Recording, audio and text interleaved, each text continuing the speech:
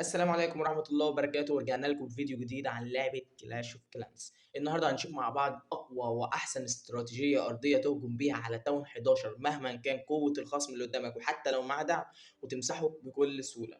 ما تنساش طبعا في البداية إنك تصلي على سيدنا محمد عليه أفضل الصلاة والسلام وتذكر الله فألا بذكر الله تطمئن القلوب. كمان هنزعل من بعض قوي لو أنت لسه ما اشتركتش في القناة وفعلت زر الجرس ودوست اللايك الجميل، ويا ريت تكتب لي تعليق تقول لي إيه رأيك في الاستراتيجية بعد ما تتفرج على الفيديو، وبالذات بعد ما تجربها عندك في التاون بتاعك. طيب ويا سلام بقى لو انت تاخد لك لفه كده في القناه، هتلاقي فيديوهات اكيد هتعجبك، وتشترك في القناه طبعا عشان ما نزعلش من بعض. الاول كده الاستراتيجيه بتتكون من ايه؟ تعالى اقول لك الاستراتيجيه بتتكون من ايه. ادي الجيش اللي قدامك ده بالظبط. الجيش بيتكون من 7 مفجر اسوار و3 جولم و13 ويتش، والدعم والتعويذات بتاعتك بتبقى عباره عن 2 من الهيل و2 ريز و3 السكيلتون او 3 تعويذه الهياكل طبعا بجانب الملوك. والدعم بتاعك بيبقى عباره عن، تعالوا نخش على قلعه القبيله تعزيز.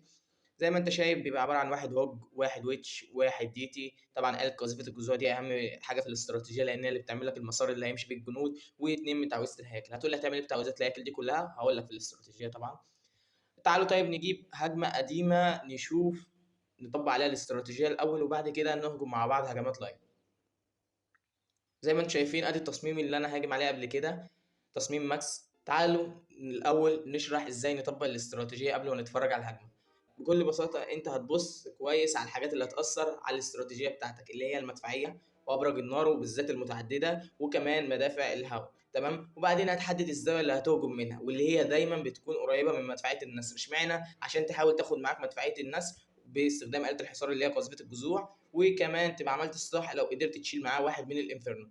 بعد كده انت بتبتدي، طبعا ده كله في دماغك ان انت بتحدد الكلام ده كله في دماغك. بعد كده انت بتبتدي بنشر الجنود بتاعتك على شكل خط. ازاي؟ تنشر الاول الثلاثه جولم اللي معاك، بعدين وراهم ال 13 ويتش، بعد كده بتنزل آلة الحصار من ناحيه المدفعيه، ومن الناحيه الثانيه بتنزل المفجرين الاسوار عشان تفتح طريق برضو مع آلة الحصار. واخيرا طبعا هتنزل الملوك بتاعتك بعد ما تبقى نظفت الجنب عشان يدخلوا لنص التصميم على طول. تمام. فهتلاقي نفسك كده بعد ما نزلت الجنود بتاعتك انت بتهجم من اتجاهين. اول جهه بتستخدم الآلة والجنود والملوك، وتاني جهه بتستخدم فيها بعض الجنود مع مفجرين الاسوار. وطبعا بتستخدم تعويذه السكيلتون اللي معاك لتشتيت عن الجنود عشان تنهي الدفاعات بشكل اوضح يعني.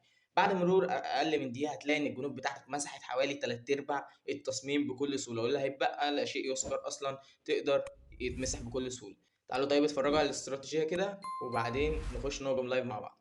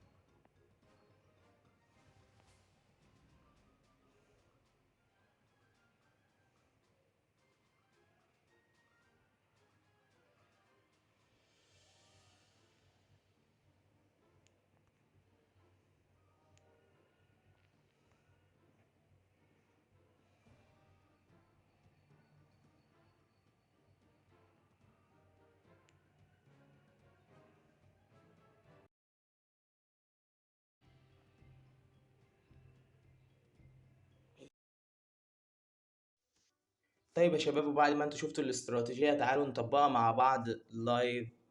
اول حاجه زي ما انتم شايفين الجيش بتاعي جاهز. كل اللي انا هعمله هطلب الدعم، وانا طبعا بدعم نفسي فاشتري الدعم اللي انا قلت لكم عليه في البدايه.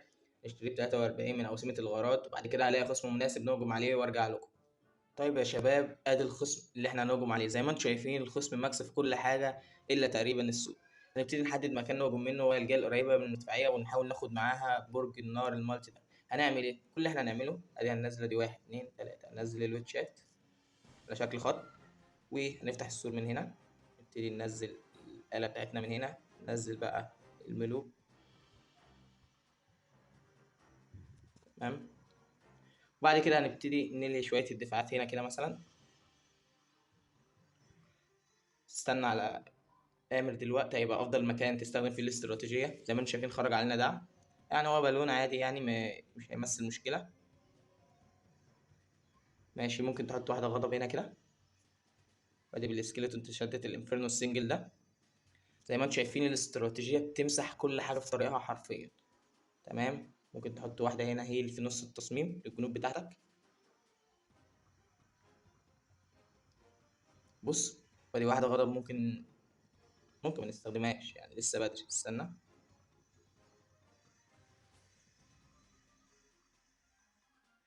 لو ملاحظ احنا مسحنا التصميم ولسه ما كملناش دقيقة واحدة، ولسه فاضل معانا تلات ارباع الجيش تقريبا. أنا لو ما استخدمتش الاتنين دول ولا التعويذات دي همسح بكل سهولة.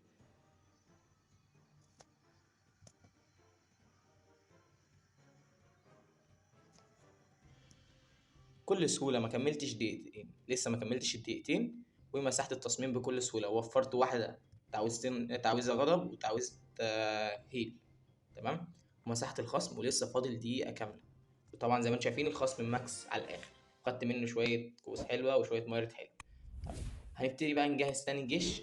نخش هنا الجيش جاهز، هندوس تعزيز وادي اشتري. تمام. هخش ادور على خصم مناسب ماكس في كل حاجة وارجع لكم تاني. طيب زي ما انتم شايفين يا شباب ادي خصم ماكس ومهارته حلوة وكل حاجة فيه حلوة. تعالوا نهجم عليه ونشوف هنعمل معاه ايه.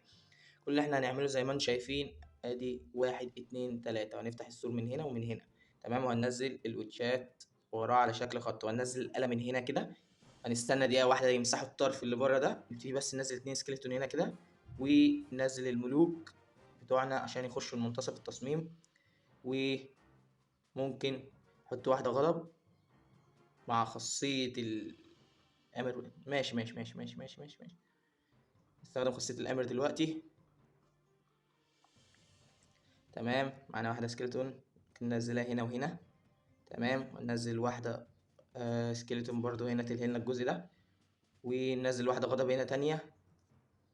انا مشكلتي بس ان الاستراتيجية دي اوسخ حاجة بتقف قدامها هو الانفيرنو المتعدد، فلو قدرت ان انت تقضي على الانفيرنو المتعدد يبقى الاستراتيجية يعتبر خلصت. تمام.